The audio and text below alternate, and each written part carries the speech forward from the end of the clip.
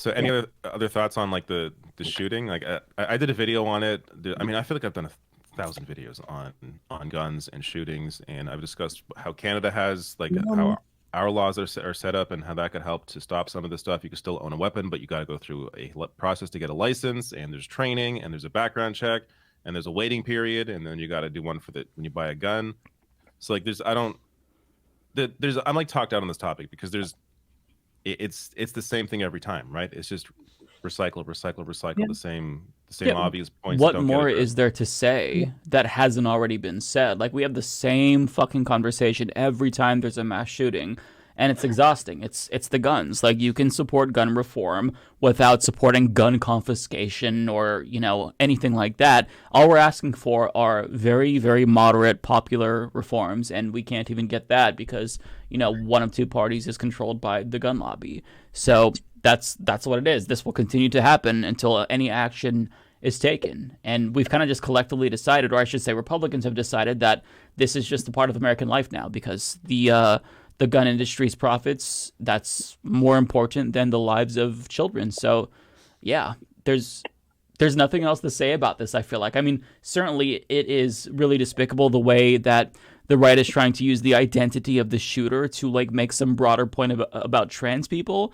They really are despicable, and they're trying to exploit this tragedy to basically justify violence against trans people. And it's just all around, it's disgusting. Every time there's a mass shooting, we have to deal with the hypocrisy from the right, along with just like the general depression that comes with knowing that, oh, more kids were slaughtered when this was completely needless. It's just, I just feel like, I don't want to say I feel numb because I'm never, desensitized to kids dying.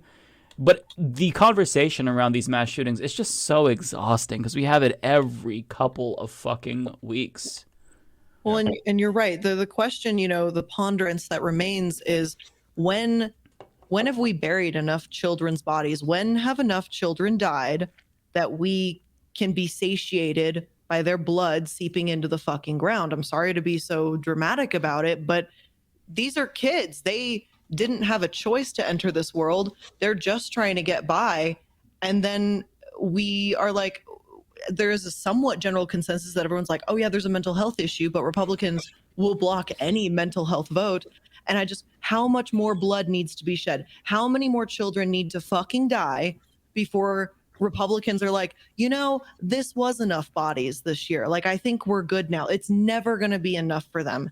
And then the fact that those kids' bodies, those kids that had just fucking died, bodies weren't even cold. Parents didn't get a chance to go identify their children, to literally process trauma, to bury their fucking children. And it already became a political ploy, Mm-hmm. something to just toy around with. The kids were totally fucking forgotten the second they could get their fucking fangs into the fact that the shooter was trans. The narrative completely wiped out. The children don't fucking matter, and it's clear that they never did. And you can see that by the way that this particular shooting has unfolded now that it was not a straight cis white male that perpetuated it. And it's disgusting, and I'm fucking tired of this shit. And yet it feels like our hands are tied. We can sit here and talk about this forever, but the people who have the power to make change do not give one fuck about it. Yeah. Yeah, well put. I mean, the reactions to the right with each time, like, it feels like they're increasingly saying the quiet part loud. With Uvalde, they were saying, "Yeah, I mean, this is the cost of freedom.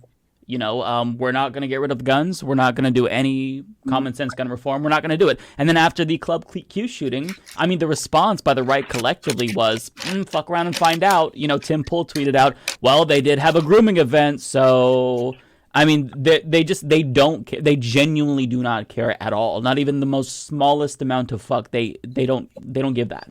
Like, they just don't care. So we are forced to live in this dystopian reality where gun violence is a common phenomenon because Republicans collectively decided for all of us that this is the way that it has to be.